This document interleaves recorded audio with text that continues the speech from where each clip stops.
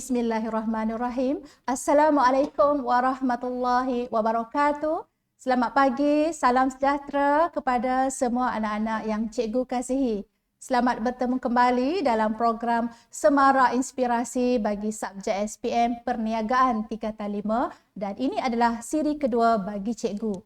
Cikgu adalah guru cemerlang bagi subjek perniagaan dan kini berkhidmat sebagai SISC plus TWET di Pejabat Pendidikan Daerah PPD Kuala Muda dan PPD Yan. Terima kasih anak-anak kerana setia di dalam siaran Semara Inspirasi yang dibawakan khas oleh MPSM dan JPN Kedah. Kami bimbing sampai anda masuk Dewan Periksa. Baik anak-anak, tajuk hari ini perniagaan tingkatan 5. Topik yang cikgu akan bawakan, tajuk utama standard pembelajaran 3.1 pengurusan sumber manusia merupakan bab 1 tingkatan 5 dan tajuk kecil ialah menjelaskan peranan pengurusan sumber manusia dalam sesebuah perniagaan, buku teks muka surat 6. Yang kedua, 3.1.3 mengaplikasi peranan pengurusan sumber manusia dalam pembangunan perniagaan yang mampan. Dan yang ketiga, tajuk 3.1.4 menganalisis aspek pengelolaan sumber manusia dalam pembangunan perniagaan yang mampan. Baik, kita mula sekarang. Objektif pembelajaran, cikgu harap pada akhir sesi pengajaran hari ini, anak-anak semua boleh menerangkan 5 peranan pengurusan sumber manusia. Yang kedua, mengaplikasikan daripada 5 peranan tersebut. Ya, sebenarnya dia ada 9 peranan ya anak-anak. Bolehlah anak-anak apply kan 3 peranan PSM ini dalam membangunkan perniagaan yang mampan. Yang membezakan objektif kedua dengan yang pertama ialah objektif yang kedua tercapai sekiranya anak-anak boleh merungkai isu yang ada di dalam situasi soalan. Manakala objektif yang pertama tak ada situasi soalan, anak-anak dah boleh nyatakan peranan PSM. Dan yang ketiga, menganalisis 2 daripada 6 aspek pengelolaan sumber manusia bagi pembangunan perniagaan yang mampan. Okey, kita mulakan dengan analisis soalan SPM. Berdasarkan soalan SPM dari tahun 2018 sehingga yang terkini 2023, lihat taburan tajuk-tajuk yang telah keluar daripada bab 1 tingkatan 5 PSM ini. Pertama, soalan yang menanyakan kepentingan pengurusan sumber manusia pernah keluar sekali pada tahun 2022 di bahagian A. Yang kedua, peranan pengurusan sumber manusia yang mana soalan ini pelajar boleh apply daripada bahagian fungsian tingkatan 4 pun boleh dan sedikit makluman yang boleh kita ambil daripada bab 1 tingkatan 5 yang secara soalan kefahaman sahaja ya, tidak ada aplikasi, pernah keluar pada tahun 2018 pada bahagian A dan 2019 juga bahagian A. Ya. Seterusnya, tajuk yang kecil yang ketiga, mengaplikasi peranan PSM yang ni ada situasi. Bila dia ada situasi, dia ada ciri kebat, diberinya situasi yang berlaku dan anda perlu nyatakan apakah peranan yang sepatutnya yang telah dilaksanakan. Dia banyak kali keluar dan soalan ni soalan wajib lah ya. Nampaknya gayanya pada trend-trend terkini, soalan kebat setiap tahun naik ya. Pada kajian kes tahun 2020, pada soalan bahagian B tahun 2021, pada soalan bahagian B juga 2022 dan sama tahun 2023 ya. Semua ni ada ciri kebat. Yang ketiga, aspek pengelolaan sumber manusia juga sama. Ciri-ciri soalan kebat berada pada tahun 2022, 2021, 2020, 2021 dan 2022. 3 tahun berturut-turut anak-anak keluar pada bahagian B. Seterusnya, kemahiran kebolehkerjaan dah pernah keluar 2 kali, tahun 2020 dan terbaru 2023. Soalan seterusnya struktur organisasi ya, jarang keluar soalan ini dan biasanya dikaitkan dengan apa kelebihan kalau kita pilih struktur organisasi tersebut. Pernah keluar sekali tahun 2021 dan kemungkinan akan keluar sangat orang kata cerahlah topik ini ya. Dan akhir sekali, faktor penentu sistem penggajian pernah keluar sekali saja tahun lepas 2023. Jadi daripada tajuk-tajuk kecil ini, cikgu rangkumkan berapa jumlah markah supaya anak-anak akan memberi perhatian yang lebih kepada topik di bahagian bab 1 tingkatan 5. Tahun 2018, 4 markah. Kenapa sedikit saja? Sebab banyak keluar topik tingkatan 4. Ini semua orang tahu. Tahun pertama soalan SPM perniagaan. Banyak topik tingkatan 4 yang naik. So dia 4 markah saja. Tahun 2019, 6 markah. Tahun 2020 anak-anak perhatikan 15 markah. Tanya daripada bab ini. Tahun 2021, 16 markah. Makin banyak. Tahun 2022, 14 markah dan tahun lepas 14 markah. Jadi anak-anak, kita boleh nampak dah sekarang trend soalan bab 1 tingkatan 5 ni dah jadi soalan wajib. Di mana wajib? Di kertas 1 mestilah dan di kertas 2 dia boleh berada pada mana-mana bahagian. Kertas 2 bahagian A, B dan juga C. Ya, sebab dia pernah naik di bahagian C pada tahun 2020. Okey, sekarang tumpuan cikgu yang cikgu warnakan kuning iaitu peranan pengurusan sumber manusia serta mengaplikasi dalam situasi yang diberi, aspek pengelolaan sumber manusia dan sedikitlah cikgu nak sentuhkan ya walaupun tak masuk dalam objektif tadi iaitu struktur organisasi. Okey, lihat slide berikutnya. Nota ringkas ya supaya anak-anak boleh refresh balik apa yang dimaksudkan dengan peranan pengurusan sumber manusia. Atau kita suka sebut PSM lah, panjang sangat kan. Ingat nota ringkas PSM. Pertama, dalam pengurusan sumber manusia, pengurus mesti merancang keperluan pekerja. Rekrut pekerja, sama ada pekerja yang diambil tu, pekerja tetap, pekerja kontrak dan berikan mereka ni deskripsi tugas, senarai tugas. Kalau tak, pekerja dia masuk kerja, dia tak tahu nak buat apa. So, rugi kepada organisasi. Beritahu deskripsi tugas, pekerja akan melaksanakan tugas mengikut deskripsi tersebut. Yang kedua, membangunkan pasukan untuk mencapai sasaran. Kita belajar PSM untuk perniagaan kan? So, pekerja yang kita ambil ini mestilah pekerja yang akan memberikan pulangan kepada perniagaan. Ia akan membangunkan pasukan untuk capai sasaran. Sasaran apa? Jualan, sasaran untung, sasaran untuk kurangkan kos, sasaran untuk luaskan pasaran. So, mesti ada usaha untuk bangunkan pasukan untuk mencapai sasaran. Dan sasaran ini pula kadangnya berkait dengan WMO. Visi, misi, objektif perniagaan. Yang ketiga, memimpin pasukan untuk meningkatkan prestasi, meningkatkan motivasi pekerja. Kadang-kala dalam organisasi perniagaan, pekerja akan rasa tak ada motivasi, akan menyebabkan banyak isu kesalahan yang mereka akan buat daripada satu perkara ke satu perkara. Jadi, di bahagian pengurusan sumber manusia, perlu memimpin pasukan supaya pekerja sentiasa akan meningkatkan prestasi dan motivasi untuk bekerja sentiasa meningkat. Dan soalan yang tanyakan pasal peranan yang ketiga ni kan, selalu kata mesti disebutlah. Tak rugi kalau pelajar jawab meningkatkan motivasi prestasi pekerja ni. Kerana kadang dalam skema untuk menyelesaikan isu masalah pekerja, ya ini jadi macam huraian yang wajib ada ditulis. Kamu mesti tulis untuk menyelesaikan masalah di tempat kerja, isu pekerja, mesti ada meningkatkan motivasi pekerja.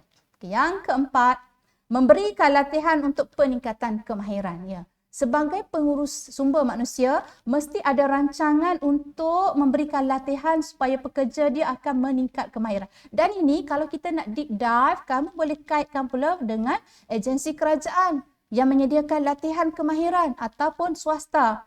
Ini yang biasanya pelajar boleh ingat balik dalam membuat kerja khusus kan. Apakah agensi yang akan memberi meningkatkan kemahiran latihan pekerja untuk jangka panjang. Dan yang kelima, pengurusan sumber manusia penting untuk membentuk persekitaran kerja yang positif, harmonis dan tentera. Selamat di tempat kerja. Contohnya ruang kerja, kemudahan, keselesaan, ya, tempat ruang ibadat. Kalau kata sebuah kilang tu, dia kena ada kemudahan-kemudahan kantin dan sebagainya. Okey.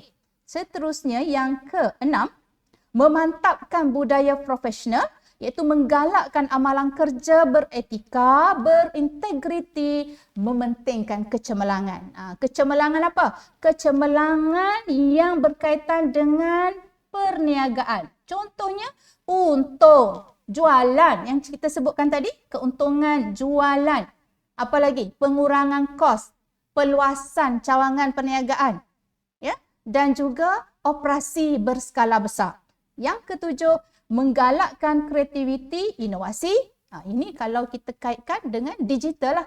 Teknologi maklumat komunikasi perlu diserapkan dalam sesebuah perniagaan. Yang ke-8, memberikan insentif yang munasabah ataupun memberikan ganjaran, reward. Ya, barulah pekerja akan setia dan tidak tinggalkan organisasi tersebut untuk pergi bekerja dengan syarikat lain. Dan yang ke-9, merancang pemberhentian pekerja. Dia berkait dengan prosedur. Macam mana kalau kita nak memberhentikan pekerja yang buat kesalahan? Apa prosedur dia? Perlu ya. Kalau tidak, majikan boleh disaman atau didakwa oleh pekerja kalau kita tak ikut rules ataupun prosedur yang betul. Okey. 9, peranan pengurusan sumber manusia ini, cikgu harap anak-anak semua baca, hafal, buat peta minda atau buatlah apa cara sekalipun, guna kaedah, buatlah ke AI ke apa supaya pelajar ingat. Kerana topik ini adalah sangat penting. Baik, yang kedua, aspek pengelolaan sumber manusia. Kalau tadi peranan, aspek yang pengelolaan ini adalah apa yang majikan boleh beri kepada pekerja. Apakah majikan boleh beri kepada pekerja? Nak kelola pekerja ni, sumber manusia pekerja ni, bila dia masuk bekerja, kita kena sediakan 6 aspek pengelolaan sumber manusia.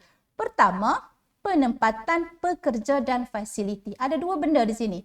Penempatan pekerja dan yang kedua fasiliti. Ada 2 tu ya. Tak sama tapi digabungkan. Penempatan pekerja ialah kita ambil pekerja mesti berdasarkan kemahiran. Contohnya, pekerja lulusan dalam bidang kemahiran jahitan. Kita ambil untuk dia kerja kalau kita buka kilang ataupun butik pakaian untuk menjahit. Takkan kita perlukan pekerja kemahiran jahitan, kita ambil orang ataupun sumber manusia lulusan dalam bidang masakan. Itu tidak dipanggil penempatan pekerja yang bagus. Penempatan pekerja mesti ambil berdasarkan kemahiran, pengalaman yang kita perlukan. Ya. Dan mereka ini kena duduk di tempat stesen yang mana mereka mahir. Mereka yang mahir dalam bidang komputer akan ditempatkan kerja-kerja bahagian berkaitan dengan komputer. Mungkin teknologi maklumat, pegawai teknologi maklumat. Jangan pula nanti pekerja itu dalam bidang jahitan, kita ambil dia untuk jadi accountant. Dia tidak tepat dengan penempatan pekerja. Yang kedua adalah facility. Facility adalah kemudahan yang kita kena sediakan supaya kerja akan berjalan lancar, operasi akan berjalan lancar. Kalau kita buka kilang pakaian, kita kena ada mesin jahit, peralatan menjahit. Kalau kita buka sebuah restoran, fasiliti yang kita kena sediakan kepada pekerja ialah alatan memasak. Betul anak-anak. Okey, nampak di situ? 2 benda ini anak-anak mesti terangkan di dalam huraian berbeza. Penempatan pekerja contoh lain, fasiliti contoh lain. Okey, yang kedua, standard prosedur operasi ataupun SOP tugas. Ya, SOP lah. Iaitu kena ada rules, peraturan yang menyatakan dalam kerja-kerja yang melibatkan operasi kena bekal dengan contoh pakaian khas. Kalau bomba, memakai baju keselamatan ketika bertugas memadam kebakaran. Kalau di dalam kilang, pekerja kena pakai uniform kilang. Itu maksud salah satu contoh daripada SOP. Supaya tugas yang dilaksanakan akan dilaksanakan dengan cara mengikut peraturan dan paling penting keselamatan. Elakkan kemalangan di tempat kerja. Ini boleh mengurangkan risiko kepada perniagaan. Ya. Yang ketiga, perlu kita sediakan adalah sistem penggajian. Apa dia sistem penggajian anak-anak? Sistem penggajian adalah cara bagaimana kita nak sediakan cara bayar gaji kepada pekerja. Berdasarkan faktor apa? Faktor pengalaman, kemahiran. Apa lagi? Okey, pekerja yang berpengalaman dan kemahiran tinggi akan mendapat gaji yang lebih tinggi. Ini dipanggil ada tangga gaji. Ada tangga gaji untuk membezakan mereka yang ada pengalaman berapa tahun, mereka yang ada kemahiran, mereka yang ada kelulusan tinggi, dia punya tangga gaji dia lebih tinggilah daripada yang kurang mahir ataupun tidak mahir. Siapa yang nak kena sediakan ni? Bahagian sumber manusia. Namanya sistem penggajian. Jadi faktor ataupun aspek yang ketiga ni sangat penting ya untuk menarik pekerja masuk dalam organisasi kita dan bekerja dengan perniagaan tersebut. Okey, yang keempat, penghargaan dan hukuman. Penghargaan dan hukuman ada dua benda yang berbeza. Ada positif dan negatif. Yang mana positif anak-anak? Betul, yang positif adalah penghargaan. Yang negatif yang mana? Hukuman, ya. So, dua benda berbeza ni macam mana kita nak terangkan? Kalau soalan terangkan tak ada masalah, dia tak ada situasi. Tapi kalau ada soalan yang memberikan kita situasi anak-anak, kamu kena jawab mengikut situasi tersebut. Kalau dia bagi isu pekerja melakukan kesalahan, so huraian dia mengenai pekerja tersebut yang buat kesalahan, macam mana nak beri dia hukuman lah. Ya? Huraian umum untuk penghargaan dan hukuman ialah pekerja yang banyak memberi sumbangan akan diberi penghargaan. Ini yang positif ya. Positif. Positif. Pekerja yang tidak patuh prosedur dan peraturan akan dikenakan hukuman. Yang ini yang negatif. Biasanya yang negatif lah yang akan naik dalam peperiksaan. Sebab kita nakkan penyelesaian. Apakah peranan pengurusan sumber manusia untuk selesaikan isu pekerja ponting, pekerja lewat datang, pekerja tidak akur arahan dan sebagainya. So kita kena kenal pasti dulu kesalahan dan senaraikan langkah-langkah penyelesaian ataupun hukuman yang boleh diberi kepada mereka. Itu contoh dalam menjawab soalan aspek pengelolaan sumber manusia, penghargaan dan hukuman. Dan kadang-kala dalam menyelesaikan masalah ini, anak-anak kena kaitkan juga dengan fakta yang kelima. Nyatakan juga untuk memastikan pekerja tersebut kita bantu lagi, bukan setakat hukuman, kita kena selesaikan masalah dia. Kita bawa masalah pekerja tersebut dibawa kepada perundingan dan cari penyelesaian. Maksud kata untuk tajuk penghargaan dan hukuman, pelajar juga boleh ambil fakta penyelesaian masalah untuk menyelesaikan isu ataupun kesalahan beliau. Biasalah kita kalau pekerja buat silap, kita jangan hukum saja, kita kena bantu. Mungkin dia buat kesalahan tersebut kerana dia ada masalah. Mungkin dia ponting kerja atau datang lewat kerja kerana dia ada masalah, anak dia sakit, isteri dia sedang buat rawatan di hospital. Jadi sebagai pengurus sumber manusia atau majikan, kita kena ada satu cara penyelesaian masalah. Bukan setakat memberi hukuman. Okey. Yang keenam adalah mesti ada struktur organisasi. Barulah kita boleh menjelaskan tentang tanggungjawab daripada pengurusan tertinggi kepada pengurus sederhana, kepada pengurus pertengahan dan akhir sekali pekerja bawahan. Dan dalam struktur organisasi tersebut, kita boleh jelaskan tanggungjawab, jawatan, cara dia nak berhubung dan deskripsi tugas. Contoh cara perhubungan yang bagus ialah pekerja bawahan dia kena berhubung dulu dengan pengurus pertengahan. Ya, ataupun pada level bawahan. Dia tak boleh pekerja bawahan sekali terus nak jumpa dengan CEO. Bila ada masalah sikit nak jumpa CEO. Sedangkan dia punya struktur organisasi dia berada di lapis yang ketiga, maka dia kena jumpa dulu dengan pengurus lapisan kedua. Itulah yang sebaik-baiknya dalam struktur organisasi perniagaan. Baik anak-anak.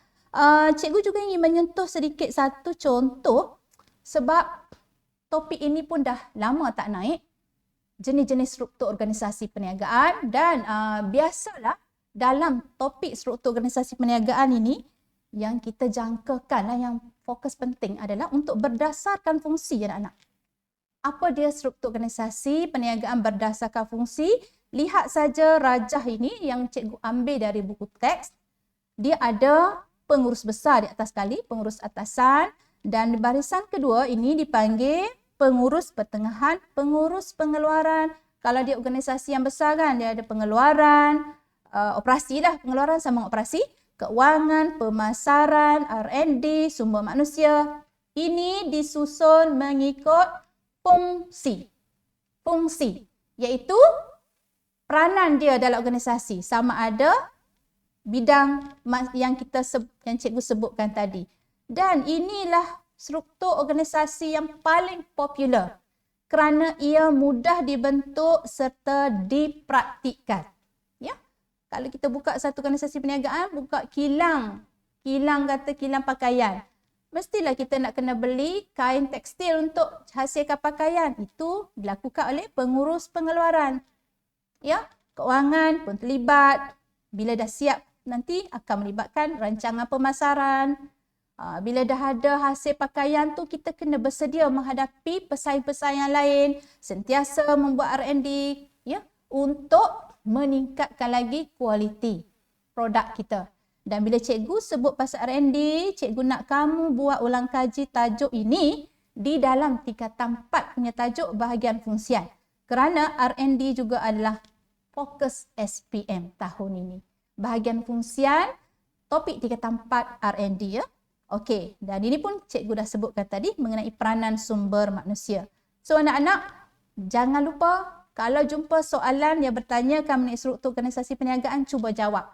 Kerana kalau kamu jawab tak rugi. Dia naik, dia soalan ini dapat jawab dengan mudah. Okey, kita pergi kepada contoh-contoh soalan lah ya. Sebab kebanyakan soalan trial SPM tahun ini, cikgu lihat semua ada topik mengenai pengurusan sumber manusia. Kita cuba soalan Selangor. Soalan nombor 4, bahagian A. A ya.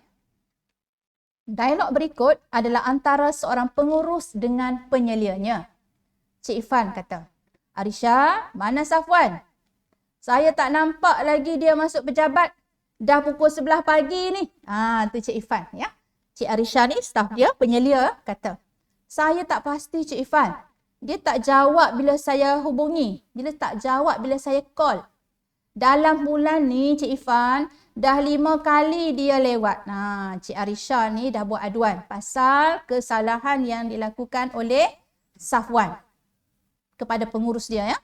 Jadi topik ini kalau anak-anak nak deep dive lebih detail lagi, dia dalam buku teks tingkatan 5 muka surat 14. Soalannya, jelaskan tindakan yang perlu diambil oleh Encik Irfan dari aspek pengelolaan sumber manusia. Jelaskan kata tugas. Tindakan yang perlu diambil adalah kehendak soalan. Markah 5. Anak-anak semua tahu kan? Kalau jelaskan kita kena beri huraian. Tapi tak sahaja hurai. Kena ada contoh. Jom kita cuba jawab bersama-sama. Ya, sebelah kiri tu adalah soalan tadi. Tindakan yang perlu diambil oleh Encik Irfan ke atas Safwan. Okey, ingat balik nota yang cikgu tunjuk tadi, di awal tadi. Ada berapa semua peranan aspek pengelolaan sumber manusia? Ada berapa? Anak-anak? 6 kan? Jadi, mana satu aspek pengelolaan yang kita nak guna? Sebab soalan ni tanya mengenai aspek pengelolaan sumber manusia. Daripada 6 tadi. Ya, betul anak-anak. Kita jumpa iaitu mengenakan hukuman. Jangan pula pergi tulis mengenakan hukuman dan penghargaan. Jangan pandai-pandai pula kamu pergi tulis penghargaan. Sebab di sini kita dah tahu yang pekerja ni buat salah. Bila dia buat salah, dia kena hukum. So, kita punya jawapan terus tulis huraian pertama mengenakan hukuman. Okey, 1 markah. Bentuk hukuman apa anak-anak? Cik Ifan boleh panggil Safwan. Bagi dia amaran dulu. Bagi amaran kata Cik Safwan. Awak ni dah datang lewat 5 kali dah. Itu contoh amaran lisan. Kalau amaran bertulis, dia kena buat satu memo lah menyatakan apa kesalahan Safwan buat bila. Itu dipanggil huraian kedua. 1 markah. Yang ketiga, kerana Safwan melakukan kesalahan. Kesalahan apa? Datang lewat. Datang lewat. 5 kali dia datang lewat dalam bulan ini. Ya. 5 kali ni datang lewat ni adalah huraian, boleh kita beri markah untuk H3.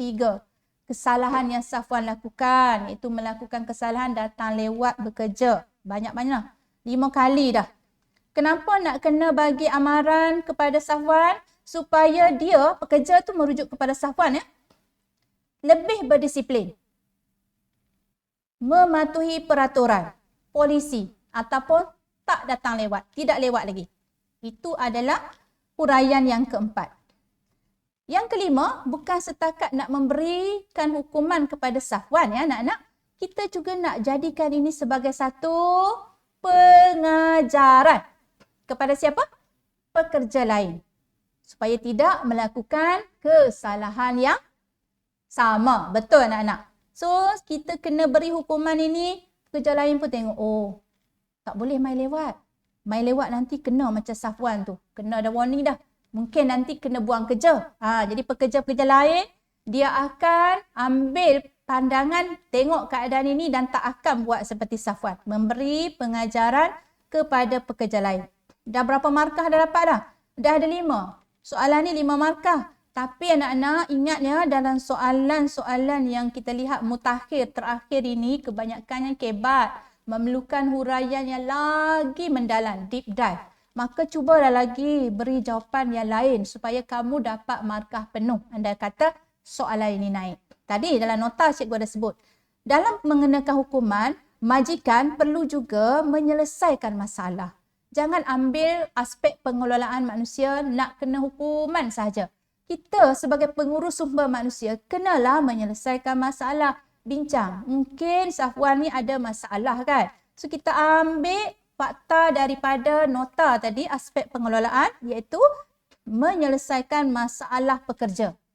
Apakah contoh menyelesaikan masalah? Mengadakan sesi kaunseling dengan Safwan atau kepada Safwan. Satu lagi markah. Dengan adanya sesi kaunseling ni, Safwan akan datang dan beritahu, Tuan, atau dia kata, Cik Ifan, saya mohon maaf, saya sebenarnya tak sengaja datang lewat. Sekarang ni setiap hari pagi saya kena hantar anak pergi sekolah, lepas tu kena jaga mak saya tengah sakit, kena bagi dia, dapatkan dulu keperluan dia sebelum datang kerja, bagi dia makan ubat. Itu contohlah yang ni cikgu reka. Mungkin kamu hanya perlu menjawab mengadakan sesi kaunseling je. Tak payahlah nak detailkan yang kata bawa anak pergi sekolah, bawa mak pergi hospital. Tak payah. Itu cikgu menjelaskan sebagai contoh. Sekadar kamu tulis je contoh mengadakan sesi kaunseling kepada Safwan. Bertanyakan masalah dia. Ya, itu bolehlah kita kata bertanyakan masalahnya. Yang ke-8, ada juga kita boleh ambil nota daripada peranan PSN. Dia punya kebat tu anak-anak. Sampai peranan PSN pun boleh masuk di dalam aspek pengelolaan. Nampak? Soalan ni tanya aspek pengelolaan, tetapi dia punya jawapan ni sampai kita boleh ambil nota dari peranan pengurusan sumber manusia. Kenapa? Kerana kita nak selesaikan masalah. Maka kita wujudkan suasana perhubungan yang harmonis. Supaya Safwan ini akan rasa selesa di tempat kerja. Mungkin dia tak selesa tempat kerja. Mungkinlah dia ada masalah dengan rakan sekerja. Atau apa saja yang kita tak tahu, ini yang dikatakan peranan PSN menjalinkan hubungan harmonis ataupun mewujudkan hubungan harmonis antara Safwan dengan pekerja-pekerja lain supaya tempat kerja akan sejahtera dan komunikasi berkesan. Safwan pun boleh cerita dekat bos dia kenapa dia datang lewat. Okey, 1 markah dan akhirnya kebaikannya akan meningkatkan prestasi atau imej syarikat ini. 1 markah. So ada banyak peluang untuk dapat markah. Setiap huraian boleh disertakan dengan contoh tindakan yang diambil. Nampak? Kenapa kena ada contoh tindakan? Kerana soalan ini terikat dengan tindakan. Tindakan di sini. So, kena ada huraian yang menunjukkan ada tindakan yang telah diambil oleh majikan untuk menyelesaikan masalah ataupun untuk mengenakan hukuman kepada Safwan. Okey, jadi cikgu harap pelajar-pelajar semua akan membuat ulang kaji lebih banyak lagi topik pengurusan sumber manusia daripada aspek pengelolaan ini, kerana banyak yang boleh ditanya dalam SPM. Yang cikgu beri ni adalah aspek pekerja melakukan kesalahan di tempat kerja. Okey, kita cuba lagi soalan berikutnya anak-anak. Jom buat latihan pasti skor. Situasi berikut berkaitan aspek pengelolaan sumber manusia dalam pembangunan sesebuah perniagaan. Puan Hanini merupakan pemilik firma perakaunan Hanijaya Associate. Beliau menempatkan pekerjanya, ni dah ada poin dah ni, menempatkan pekerjanya di ruang kerja yang dilengkapi dengan komputer mengandungi perisian perakaunan terkini. Yang kedua, setiap pekerja dibayar gaji mengikut pengalaman dan kelayakan masing-masing. Nampak ada dua aspek di situ. Dengan 6 markah, kita jumpa dua aspek anak-anak.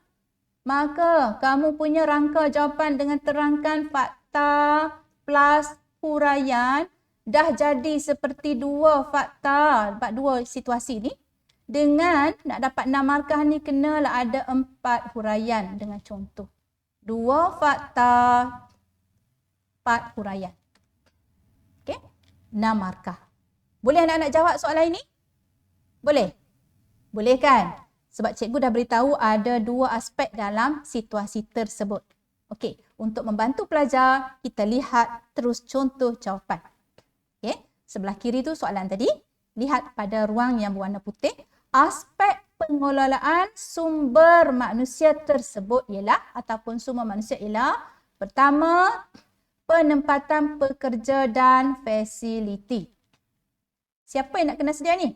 Puan Hanini lah ataupun pekerja, dia akan arahkanlah pekerja-pekerja dia memastikan adanya penempatan pekerja dan fasiliti. Ini dia arah siapa? Pengurus dia lah juga kan?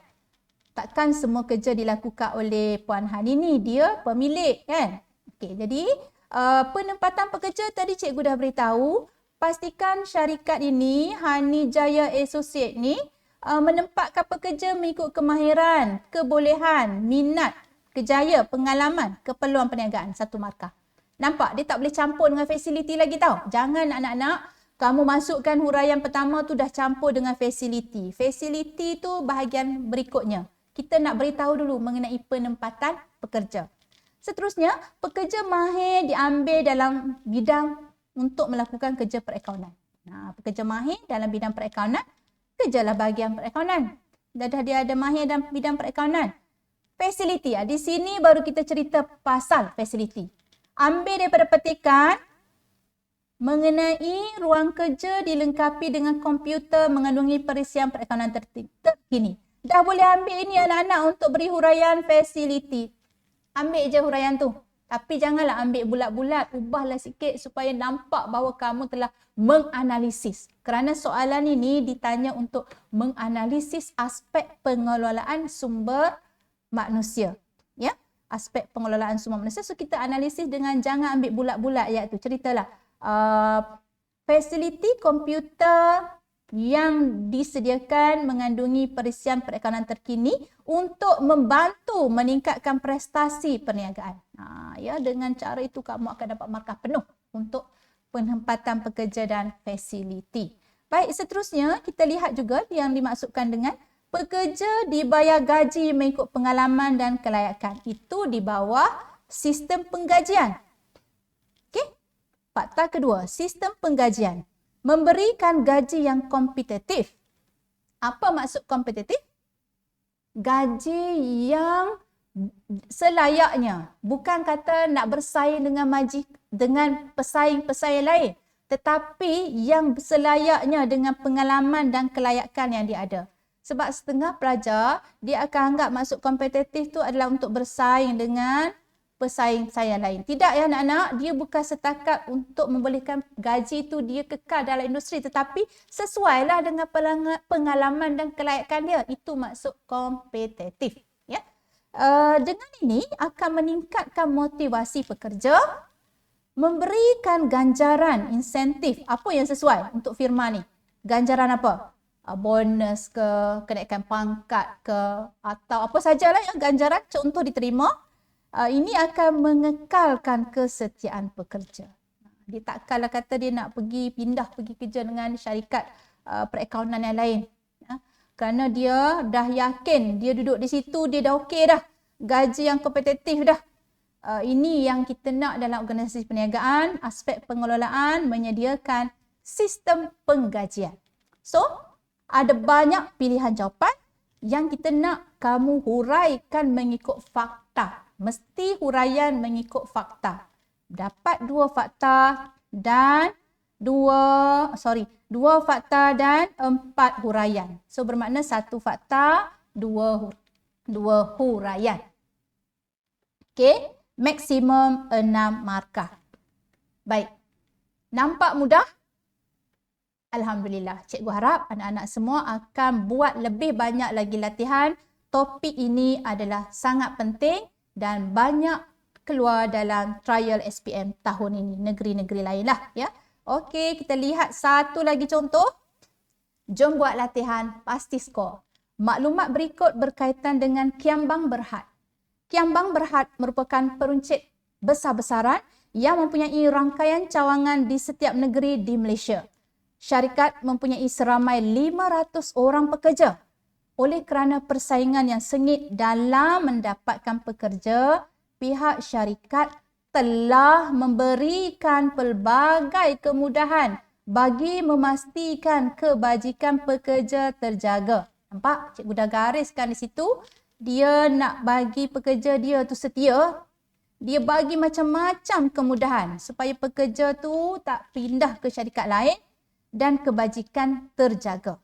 Syarikat sentiasa menggalakkan pekerja bekerjasama dalam pasukan untuk mencapai sasaran. Sasaran, nampak di situ? Kalau ini peruncit pasaraya, peruncit besar-besaran, maka mestilah sasaran dia ni tingkatkan jualan, tingkatkan untung, tingkatkan pengguna, dan sebagainya. Okey, jelaskan peranan lain. Nampak gayanya calon kena berhati-hati kerana pelajar atau calon semua tak boleh ambil ni dah sebagai jawapan. Kerana dia dah ikat kamu. Ikat kamu tak boleh sebut dah peranan yang diberi ni. Dia tak boleh bagi dah. Dia nak peranan lain yang perlu dilakukan oleh pengurusan sumber manusia kiambang berhad. Jadi, sebab itu pelajar mesti hafal fakta. Di bawah tajuk peranan PSM ada 9 semua. Yang dia sebut ni dah berapa dah ni? Ada berapa yang dia dah sebut? Memberikan pelbagai kemudahan, memastikan kebajikan pekerja terjaga. Jangan ulang yang ni, tak mau. Kena ambil yang lain. Ya, sebab ada 9 peranan PSM. Pelajar, anak-anak semua hafallah fakta supaya kamu boleh dapat jawab dengan lancar. Kerana situasi sudah diberi. So, kamu boleh guna situasi ini untuk juga menjawab huraian-huraian yang lain. 5 markah, berilah huraian yang ada contoh. Okey, kita mulakan contoh jawapan sekarang. Sebelah kiri soalan tadi ya. Peranan lain yang perlu dilakukan oleh pengurusan sumber manusia kiambang berhad. Jangan sebut dah yang pasal memberi kemudahan tadi ya. Pertama, menyediakan keperluan pekerja, merekrut pekerja atau merekrut pekerja kontrak atau menyediakan deskripsi tugas. 1 markah. Yang kedua, menyediakan pasukan supaya boleh meningkatkan, mempengaruhi produktiviti apa? Jualan lah sebab dia peruncit besar-besaran. Yang berkait dengan ni. Kalau dia adalah pengilang, kita sebut mempengaruhi produktiviti pengeluaran. Barulah jawapan kamu kelas A kerana merujuk kepada situasi. Ini yang dikatakan pelajar yang betul-betul faham situasi. Dia peruncit besar-besaran. Kaitkan dengan produktiviti jualan. Ya. Yang ketiga, menyediakan program latihan. Boleh tulis sebab tak ada disebut di dalam situasi. Yang ditulis dalam situasi yang ni je yang kita tak boleh sebut. Sebab dia nak apa? Peranan lain. Jadi, menyediakan program latihan atau pembangunan supaya pekerja dia akan lebih mahir. Pastikan jawapan kamu jangan tergantung. Biar jelas jawapan itu. Yang keempat, membentuk persekitaran kerja yang positif. atau ruang kerja yang harmonis. Ya. Di mana majikan kena sediakan. Jangan lampu malap, tak nyala, panas. Apa lagi? Tak ada kemudahan. Untuk ruang kantin pun tak ada. Itu contoh bagi persekitaran kerja yang positif juga ya. Pemantapan budaya profesional. Ini semestinya. Kepimpinan pengurus-pengurus kena budayakan pemantapan ini supaya pekerja akan melihat contoh. Kan? Pengurus adalah suri teladan kepada pekerja-pekerja yang lain. Macam esei bahasa Melayu pula cikgu. Ya? Pemantapan budaya profesional. Ya? Yang keenam, menggalakkan kreativiti inovasi. Contohnya, bagi peruncit besar-besaran, dia kena cuba macam-macam cara untuk meningkatkan lagi jualan. Contohnya, sekarang ni dah viral ataupun dah lama viral keadaan macam mana kena buat jualan atas talian. Ya? TikTok ke, jualan kat Facebook ke, apa saja ya, medium yang boleh kita gunakan. Ini juga dianggap sebagai menggalakkan kreativiti dan inovasi, contohnya promosi jualan dan publicity. Baik, anak-anak, ingat ya, jawapan kamu mestilah huraian yang jelas dan bukan fakta sahaja. Setiap huraian dalam bentuk contoh yang sesuai akan diberikan markah dan terima mana-mana 5 huraian yang jelas, bukan fakta sahaja. Maksimum 5 markah. Anak-anak perlu ingat, soalan yang sebut peranan lain ni kadang-kala ada dalam SPM. Kenapa dia buat macam ni? Kerana dia nakkan pelajar yang betul-betul berhati-hati saja dapat markah. Ini dipanggil aras sederhana tinggi. Kalau dia tak sebut perkataan peranan, kalau dia tak sebut perkataan lain, kamu boleh je ambil jawapan daripada petikan ni. Itu dah jadi soalan aras rendah. Sebut je apa, dapat markah. Sedangkan dia nak jadikan soalan ni aras tinggi atau sederhana, maka dia tambah perkataan lain. Itulah dia cara bagaimana panel membina soalan. Dan pelajar yang berhati-hati, dia tak akan dapat markah maksimum. Bila dia faham betul-betul maksud peranan lain. Dan jelaskan kata tugas jelaskan. Okey. Jadi, cikgu harap anak-anak semua akan buat lebih banyak lagi latihan. Cikgu dah ulang di awal tadi. Soalan daripada bab 1 tingkatan 5 ini sangatlah penting. Pengurusan sumber manusia ini diibaratkan sebagai bab wajib naik SPM. Kalau tak ada soalan PSM, tak sah soalan perniagaan. Dia mesti naik. Andai kata kamu kata, cikgu tak banyak pun soalan PSM, pastinya soalan yang naik tu daripada bahagian fungsian pengurusan sumber manusia, tingkatan 4.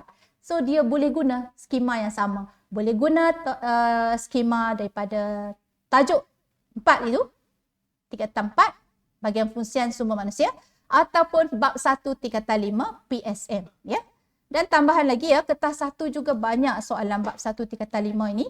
Pastikan kamu dapat skor yang penuh untuk topik ini kerana soalan yang hampir sama saja yang berulang setiap tahun.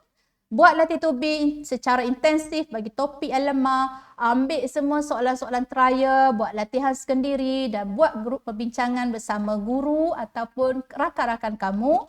Hafal kata kunci akan membantu kamu menjawab cemerlang kertas 2 insya-Allah. Pastikan target yang disasarkan tercapai dan kamu akan capai impian kamu untuk melanjutkan pelajaran lebih jauh lagi. Sekian saja daripada cikgu. Cikgu ucapkan terima kasih kepada semua dan selamat mengulang kaji pelajaran. Terima kasih.